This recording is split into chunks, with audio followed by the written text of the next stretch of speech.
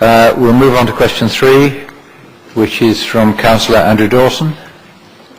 Sorry, me again. I regret tabling this question, by the way, on a bright sunny Sunday. I think I've got something to do with why it's been raining. Anyway, in the context of the recent hosepipe ban introduced by United Utilities, could Councillors Short and Riley please provide the following information? Before the hosepipe ban, in other words, before the drought conditions we've already experienced, what volume of mains water was habitually drawn and used by Cheshire West as part of its maintenance of swimming pools, grounds, parks, hanging baskets and other floral displays, including those on highway verges and the like, on a weekly basis? And since the hosepipe ban has been introduced, has the volume of mains water drawn by the Council for these purposes been reduced? And if so, by what volume? And in the context of that information, what arrangements does the Council have in place, and what's intended to be put in place in future to capture rainwater and to use other similar sustainable resources so as to provide water supply for non-essential water use going forward on a sustainable basis? I understand Councillor Mike Jones is going to answer in place of all the below named. Thank you very much, Chairman. And I think when United Utilities announced the water ban, I don't think it stopped raining. Unfortunately, the sort of level of detail of information requested is not actually available and would require a great deal of work to do that.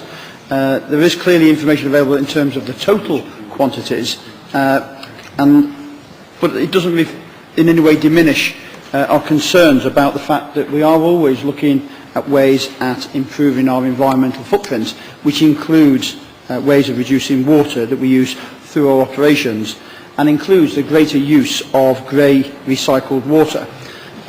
It does include reducing the frequency of watering in our parks.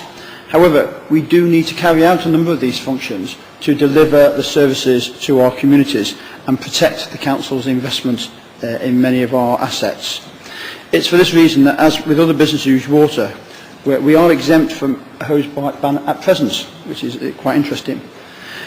In addition, although United Utilities have imposed a hosepipe ban within their supply area, which includes part of Cheshire West, Dee Valley Water, who supplied Chester and some of the surrounding areas, does not have any such restriction, and we should be aware of that. However, it doesn't in any way diminish this Council's drive to reduce its resource use through its operations. And I do reflect on this document, Waste and Recycling, which is setting out a number of ways in which we're promoting, both internally and externally, ways in which we can reduce our energy requirements, including the use of water. And there is one particular reference to water butts and how they're being used to reduce the water consumption, which, if members would like a copy, just to let Steve Kent know, and he will send you an electronic version, again, to save resources. Thank you very much, Chairman. Thank you, Councillor Jones. Councillor Short, do you wish to add anything to what Councillor Jones has said? I don't really think there's very much I can add, Chairman. I think where possible we are using water in the most economical way we can, particularly in our parks where possible. We do have natural ponds which we pump and use, but at the moment we are still tied down to the old mains water supply. Right. Thank you, Councillor Short. Councillor Dawson, do you have any supplementary? Yes, I never expected I was going to get 2 for the price of 1 in relation to this, but thank you to both executive members for their replies.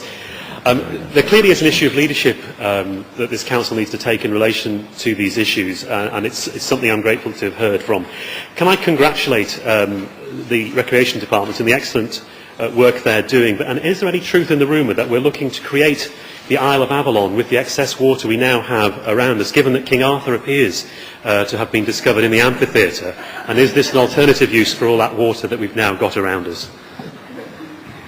Chairman, this sounds like a bit issue, this, Chairman. I mean, we all know that King Arthur has spent a great deal of time in Chester, and I think it is important that we make sure that the world is aware of this fact, because the amphitheatre, where he actually made his home latterly, is actually an opportunity for us to make sure that the world, particularly the Americans and Japanese who are very devoted to King Arthur, do come to Chester, come to see one of his historic homes, and I believe that the evidence that is going around, while circumstantial, does actually make it very, very probable that King Arthur did spend a great deal of time in Chester. And I am grateful for the question that was being put forward, because it does give us opportunities to make sure that we promote the amphitheatre and King Arthur. And I commend those who had a chance to see the programme on History Channel, I think it was, on Sky History, which went into great detail about Chester. And I thought it was a very good programme indeed. Very, very realistic and very truthful. Thank you, Councillor Short. I am aware that Councillor Arthur Harada has indicated he wishes to speak, but I do want to remind all members of the Council that questions are asked and answered and there is no debate. So I'm sorry, Councillor Harada, we can't accept your contribution to this particular item. Thank you.